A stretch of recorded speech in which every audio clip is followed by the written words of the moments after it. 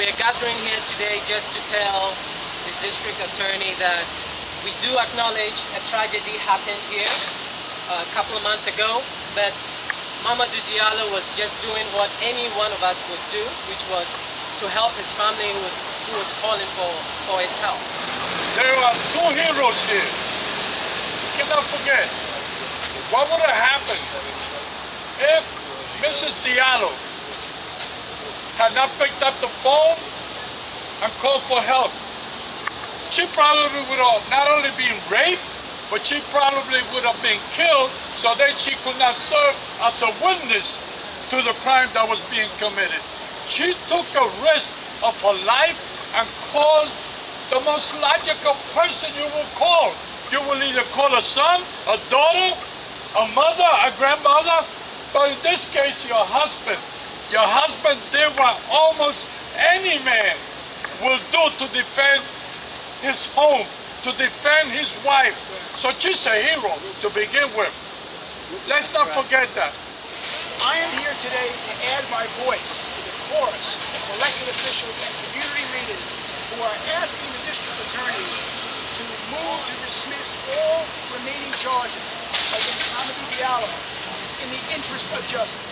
Clearly, this is a case in which we have to mix mercy with justice and dismiss all charges that remain against him.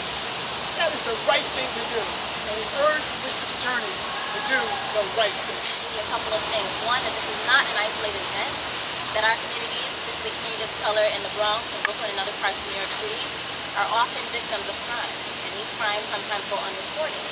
We also want to communicate that the situation of Earl Nash was that he was someone who had been cycled in and out of prison these 18 times. And so in many ways, this case is emblematic of the failure of the criminal justice system to provide the sorts of re-entry support that are needed for our community.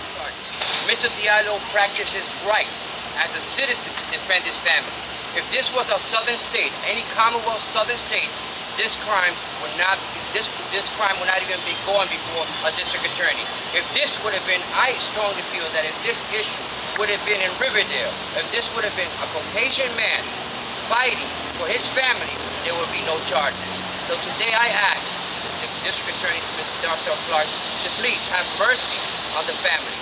This is a strenuous case right now in which has caused financial difficulty, emotional difficulty for Mr. Diallo. Yeah, I mean, as we all look around right now, we have people who are, from different ethnicities, right? Blacks, Hispanics, whites. So we don't discriminate based on your race or based on your background. This is about an individual who really had the opportunity to take care of his family. And at that particular time, he envisioned he had to be in a position where his family was in trouble. And he did what was right. So he did the right thing. And we cannot forget about that. He did what was right to defend his family. His wife could have been dead right now. His family, his kids could have been without a father. Right? So we need to understand that. The mayor boasts that numbers for crime around the city have gone down, but here in the Bronx they have increased. Our streets are not safe.